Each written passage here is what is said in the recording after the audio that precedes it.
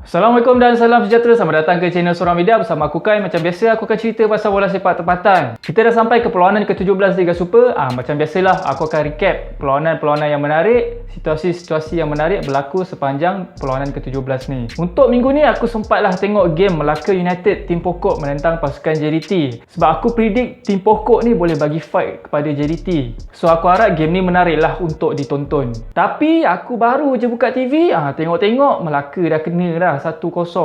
Gol dijaringkan oleh Bergson menerusi penalti. Tak sampai 2 minit, JDT dah skor. Tapi aku tengok line up JDT ni pun tak beragak-agak. Lawan tim kelompok bawahan je. Tapi pakai 2 import dekat bahagian centre back. JDT letak Mauricio dengan Shane Lowry. Keseluruhan game macam aku expect lah. Game ni fight-fight. Memang aku puji lah player-player Melaka ni bersemangat nak lawan JDT. Dan kita tengok pun JDT memang susah lah nak tembusi kubu pertahanan Melaka United. Itu pun nasib baik lah dapat penalti awal game. Kalau tak, memang game ni akan berkesudahan dengan seri 0-0. Honestly untuk aku, bila game tak banyak gol ni, bola pun banyak berlega-lega di tengah padang. Aku agak ngantuk jugalah tengok. Memang terlelap lah aku atas kursi. Ada jugalah beberapa situasi kelakar yang aku nak highlight dalam game ni. Pada minit ke-32, player import Melaka United muka macam Freddie Mercury buat kelakar. First touch ball dia kena tumit, so bola ke belakang, lepas tu dia terpusing-pusing cari bola ke mana. Itu bagi aku kelakar lah. Lepas tu aku tertidur lah. Menyesal jugalah aku tak tengok game Perak melawan Penang. Bukan main menarik game ni.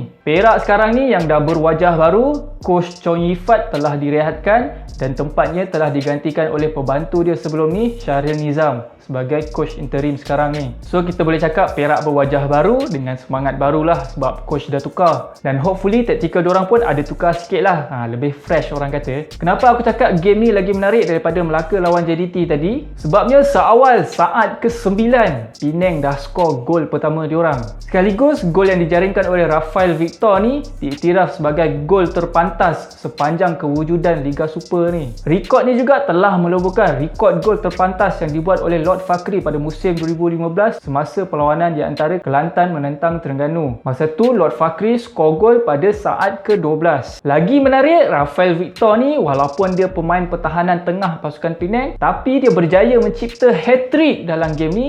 Skor 3 gol. Walaupun dia skor, tapi dia gagal menghalanglah pasukan Penang dibolosi oleh Perak dengan 3 gol. Dan 3 gol ni pula, ini yang menarik ni, dijaringkan oleh Nana Poku. So dalam game ni ada 2 hat-trick. Satu hat-trick daripada Rafael Victor daripada tim Penang dan satu lagi hat-trick daripada Nana Poku daripada tim Perak. Memang menyesal lah tak tengok game ni. Dan dalam game ni Perak hampir membuat comeback, kejar sampai kedudukan semasa 4-3. Tapi pada minit ke-88 Hafizul bolos pula. Hafizul terkeluar sikit daripada posisi dia, menyebabkan dia tak dapat lah menepis tandukan lambung daripada pemain Penang. Perlawanan berkesudahan dengan keputusan 5-3. 8 gol dijaringkan dalam satu perlawanan. Dan kali ketiga pada musim ni pasukan Perak bolos 5 gol. So siapa nak kenduri gol, lawanlah tim Perak ni. Sebelum aku teruskan recap perlawanan ke-17 ni, aku nak bagi tahu dekat korang sikit. Mana yang duk saja je kat rumah tu, mari kita buat kerja yang berfaedah sikit ni. Pada 7 dan 8 Ogos ni akan berlangsung satu webinar secara online. Dan yang penting, free.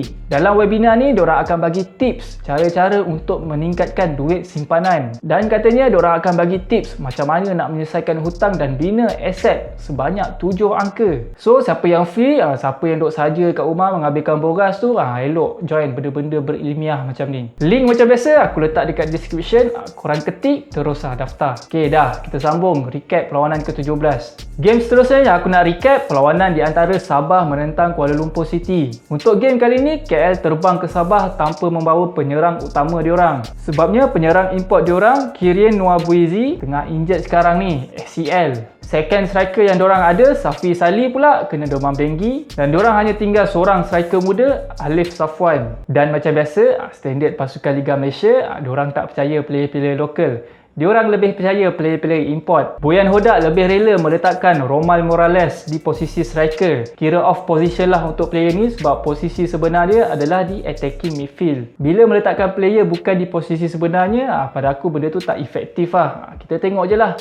Romal Morales ni tak dapat skor pun dalam game ni. Sebaliknya, player Sabah, Randy Barrow bagi gol free je dekat pasukan KL ni. Bila goalkeeper Sabah tak dapat menangkap kemas bola tu, Randy Barros ni tampan bola tu masuk ke gawang sendiri. Pada minit ke-59, Paulo Josue angkat free kick. Bola tu masuk tapi dibatalkan kerana referee cakap offside. Dan puncanya, ini yang menariknya. Puncanya disebabkan oleh Wak Am yang buat hal lagi. Wak Am ni buat skill yang sama macam lawan Terengganu sebelum ni. Dalam situasi free kick tu, mula-mula dia duduk di atas line goal. Lepas tu bila Paulo Josue ni angkat free kick, dia cepat-cepat lari ke depan untuk memerangkap offside player pasukan KL. 2 kali berturut-turut buat skill yang sama. Legend tak legend lah Wak Am ni. Amri Yahya dengan pasukan Sabah ni memang lain macam.